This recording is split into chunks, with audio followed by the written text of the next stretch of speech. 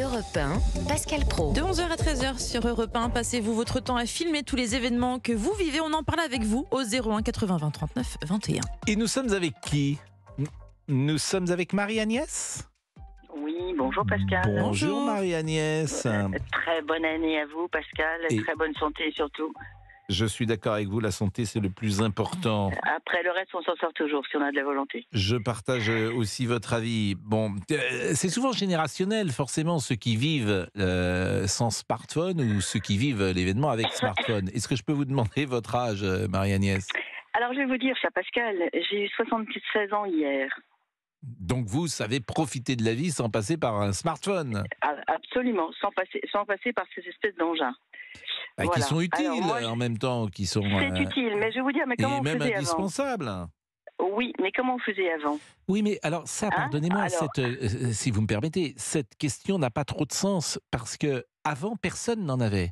À partir du moment Oui. où tout le monde a quelque chose que vous n'avez pas, c'est pas la même chose. Mais moi, je vais vous dire une chose. Moi, j'ai vu le changement de vie. Bon, j'avais un mari qui voyageait beaucoup et qui avait un métier excessivement prenant puisqu'il voyageait il était en correspondance avec toute la Terre. Donc, quelquefois, on recevait à minuit des gens qui avaient oublié que on n'était pas en Nouvelle-Calédonie et que pour nous, c'était l'heure de dormir. À partir du moment où il a eu un téléphone portable, c'était tout le temps, on n'a plus de vie. Je vois, j'ai un de mes fils qui est dans la banque et qui a un toll, on l'appelle même les week-ends. Vous n'avez plus de vie. Et moi, ce que j'ai fait, c'est que ce que je disais tout à l'heure à Olivier, c'est que moi, à la maison, mon fils aîné va avoir 45 ans, le second 42 et ma fille va avoir 40 ans. Le téléphone est interdit à table. Oui, mais ça c'est bien. Et quand on est en famille, leur téléphone, ils sont dans leur chambre ou sur une table ailleurs parce qu'on n'a pas beaucoup, on n'a Mais pas dans beaucoup leur d'occasion de se chambre, voir. ils sont 45 ans, ils vivent plus chez vous. Non, mais quand ils sont à la campagne, si vous voulez, Ah oui. c'est une occasion de se Quand vous êtes dans réunir. une maison de famille. Une maison de famille, et réunis, voilà. Et on fait l'effort. Mais moi, il n'y a rien qui m'énerve autant, parce que je fais beaucoup d'expositions.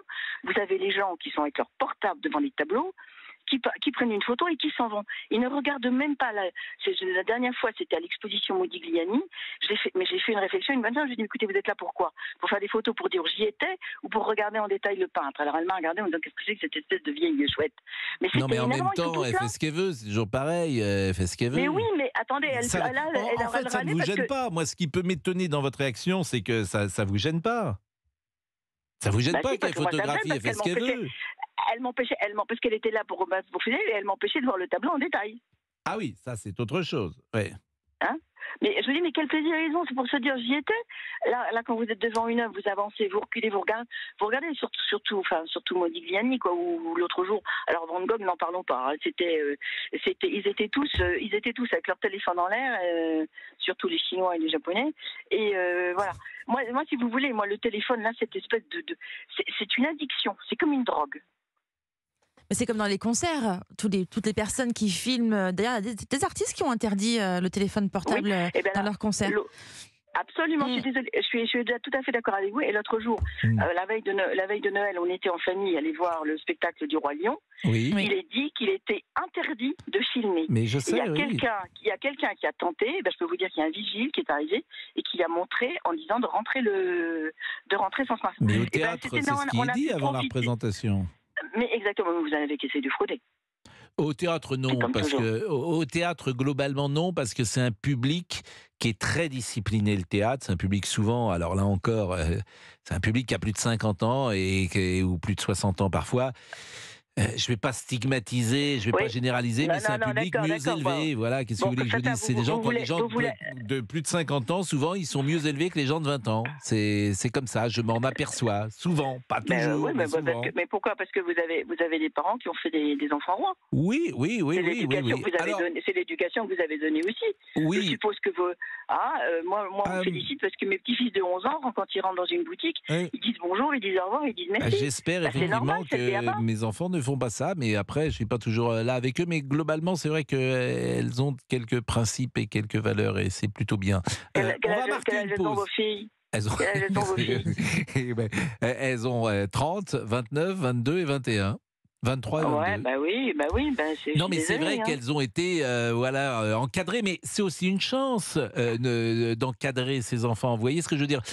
Moi, parfois, les gosses de 12, 13, 14, 15 ans qui sont, entre guillemets, mal élevés, je suis assez indulgent avec eux, puisqu'on ne leur a pas appris, les pauvres. Qu'est-ce que vous voulez faire? Je ne dis pas mal élevé, je dis pas éduqué. Oui, on dit la même chose, mais ils n'y peuvent rien, bien souvent. Moi, la chance que j'ai eue, c'est qu'on m'a appris les choses. Qu'est-ce que vous voulez que je vous dise? Moi aussi. J'avais des parents qui s'intéressaient à leurs enfants et qui faisaient passer des messages de discipline. Bon, Michel Lejoyeux, le bien nommé. Michel, bonjour. Michel Lejoyeux. Bonjour. Bonne année, monsieur Lejoyeux. Bonne année à vous aussi, monsieur Pro. Vous intervenez régulièrement, vous êtes psychiatre. Oui, je n'ai pas changé de métier depuis l'année dernière. Et on en a tous besoin d'un psychiatre qui pourrait expliquer parfois nos comportements ou nos désirs ou nos que sais-je, ou parfois nos frustrations, si tant est qu'elles existent, ou nos rêves, pourquoi pas. Donc on aurait besoin un jour de, non pas s'asseoir, car il faut s'allonger chez vous. Je vous redis, la psychiatrie est une discipline médicale, donc chez nous, on n'allonge pas forcément. C'est plus la psychanalyse. Oui, vous avez raison. Vous avez avoir besoin, cher monsieur Pro, mais là, je ne donnerai pas d'avis là-dessus. Vous avez raison. Je plongerai dans votre inconscient. Ah, plonger dans... Mais est-ce que l'inconscient existe? Voilà une bonne question. L'inconscient, est-ce que ça existe? Personne n'a jamais vu un inconscient, sauf sur la route, parfois à 180 à l'heure. Mais un inconscient, c'est un...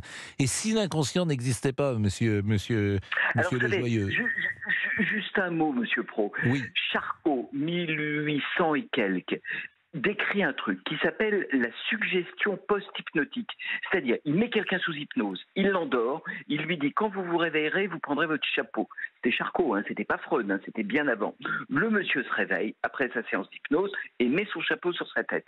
Et Charcot, père de la neurologie, dit l'ordre que je lui ai donné sous hypnose, il doit bien être quelque part, donc il est dans l'inconscient. Donc nous avons de toute façon des facteurs inconscients, qu'après il se faut organiser comme Freud l'a raconté, on peut le discuter, mais qui est en nous une part de facteurs inconscients, je pense que ça c'est aujourd'hui pas discuté, même chez ceux qui ne sont pas psychanalystes.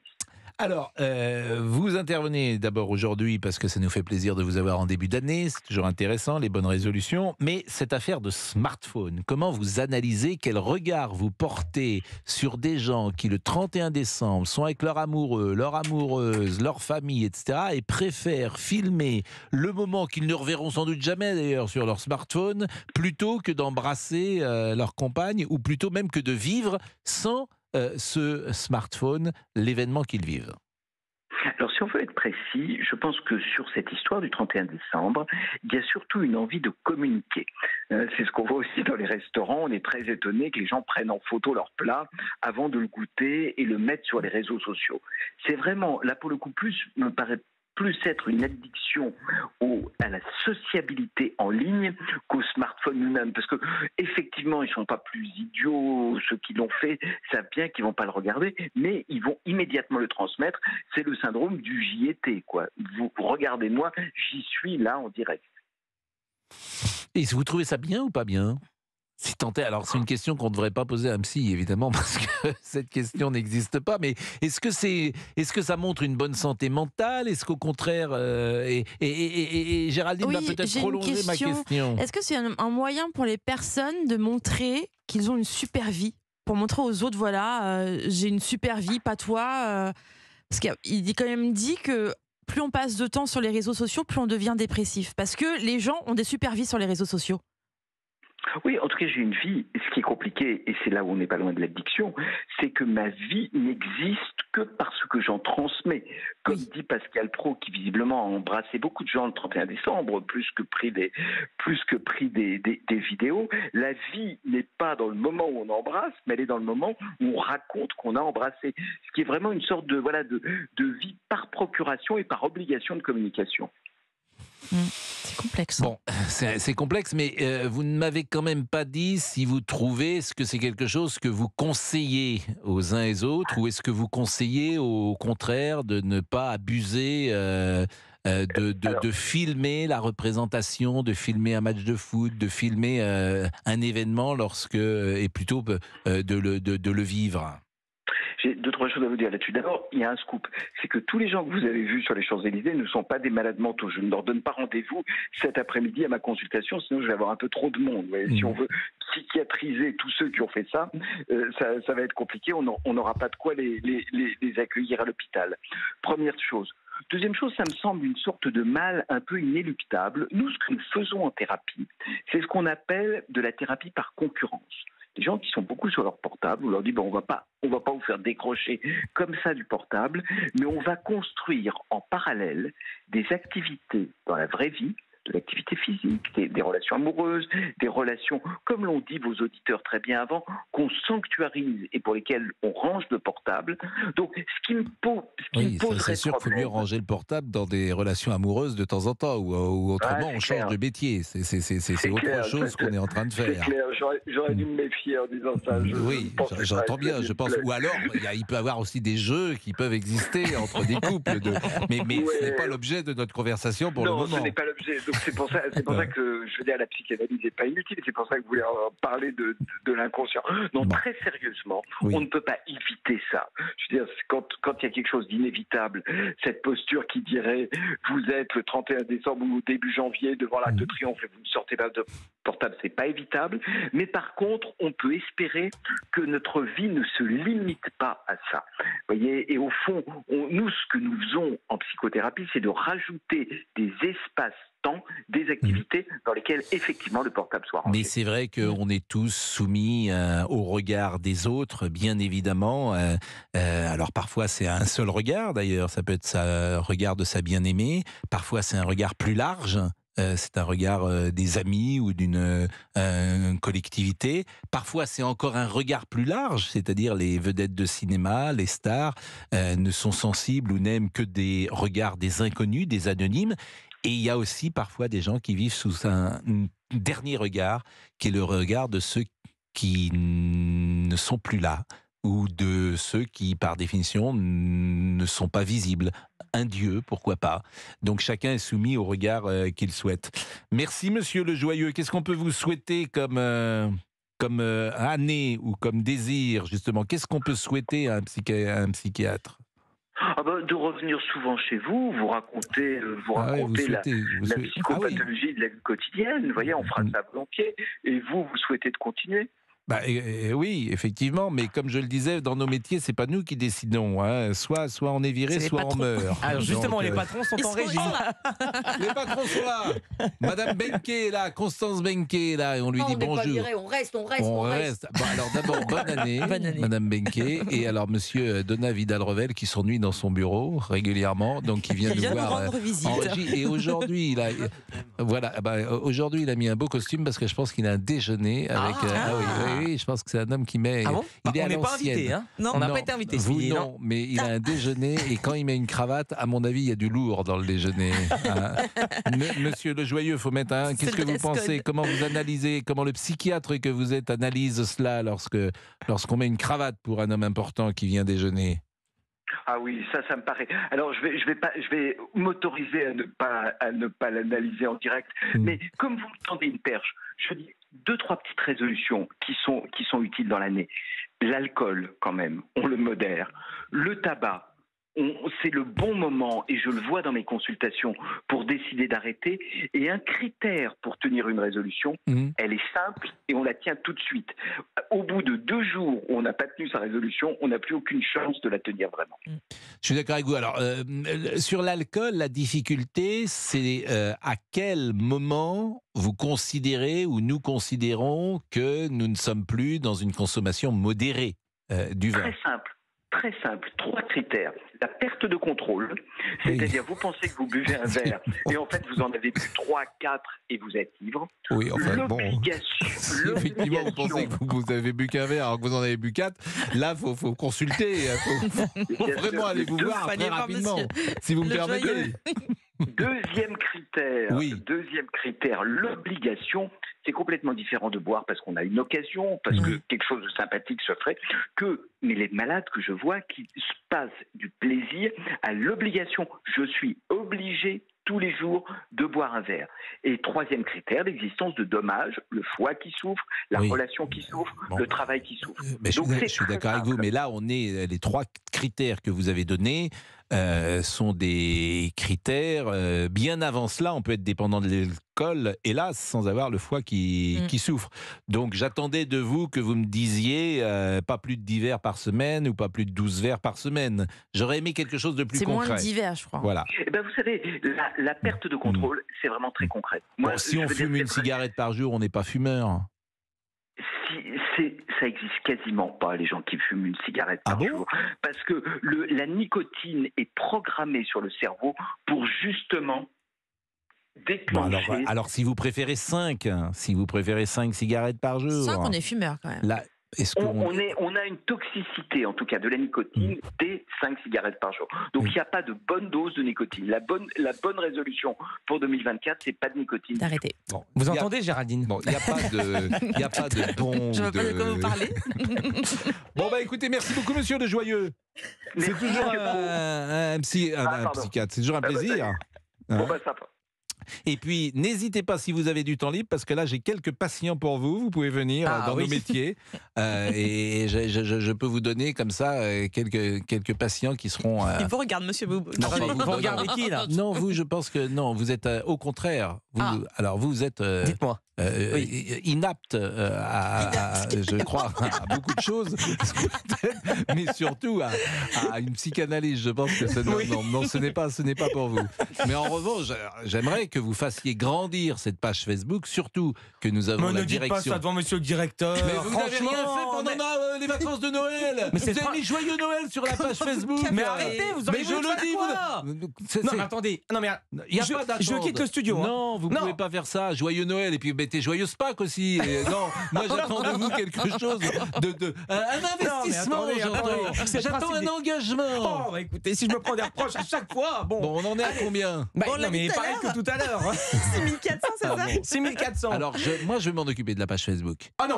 Et je vais la faire grandir, croyez-moi. Un petit peu, Pascal. Vous savez, à peine poster une publication, vous vous en occuper. Mais arrêtez. Vous savez même pas ce que c'est aimer une publication. Poser un like. Bon, allez, c'est parti. Les réseaux? Oui. Allez, c'est parti. Renaud nous confie personnellement, je filme très peu, je préfère vivre l'événement les mains libres. Allez, c'est bon, je peux, oui. Prédit également sur notre page, ses comportements sont inquiétants, le plaisir des yeux et de la mémoire visuelle disparaît en regardant un écran.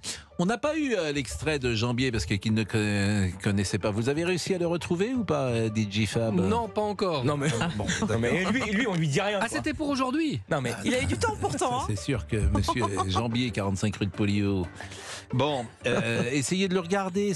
Par exemple, en 2024, essayez d'améliorer. Oui, il n'y aura pas de mal. Cette culture générale qui vous fait tant défaut. Oui. Je pense c'est sûr qu'il y a la place. Voilà, et tout fait partie de la culture générale, la traversée de Paris. Oui, merci à vous. Bon, après le Dry January dont j'ai parlé tout à l'heure, qui est le mois sans alcool, qu'on a évoqué très légèrement, mais est-ce que vous connaissez le January? January. Ouais, comment on le dit?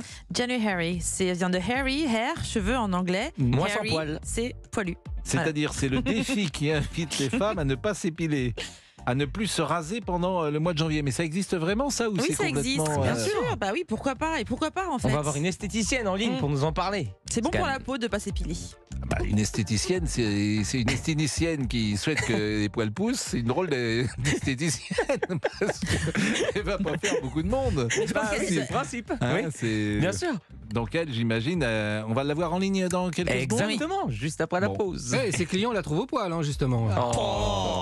Vous voyez Ça, c'est Maître Canet. On trouve pas les extrêmes, alors là, il est présent. C'est l'almanach Vermeau, ça. C'est le hérisson, c'est la boîte à sel, c'est Robert Roca, c'est l'humour d'il y a 50 ans. Ça. Non, mais ça doit faire rire dans les comités d'entreprise que vous animez le week-end. Oui, apparemment, ça fait rire. C'est des blagues que vous pouvez sortir avec plaisir. Mais là, sur l'antenne d'Europe 1, essayez d'être moderne. Voilà, l'esthéticienne la trouve à poil ou au poil, je sais pas quoi. Ouais. Bon, À tout de suite avec, comment elle s'appelle cette jeune Margot. Margot. Bon, le mois sans poil. Ou avec poil, oui. Et vous réagissez. Pourquoi sans poil? Je me suis trompé, je crois. C'est moi avec poil, c'est ça. C'est moi avec poil. Oui. On garde avec Oui, je me suis poil. trompé. Oui, vous avez mis le mois sans poil, c'est le contraire. Oui, c'est le principe de se tromper. Moi, je l'ai lu. En plus. Oui, vous lisez tout. Pourtant, je vous le disais, moi. Le mois avec poil. À tout de suite. Et vous réagissez au 01 80 20 39 21 11h 13h. C'est Pascal Pro et vous sur Europe 1.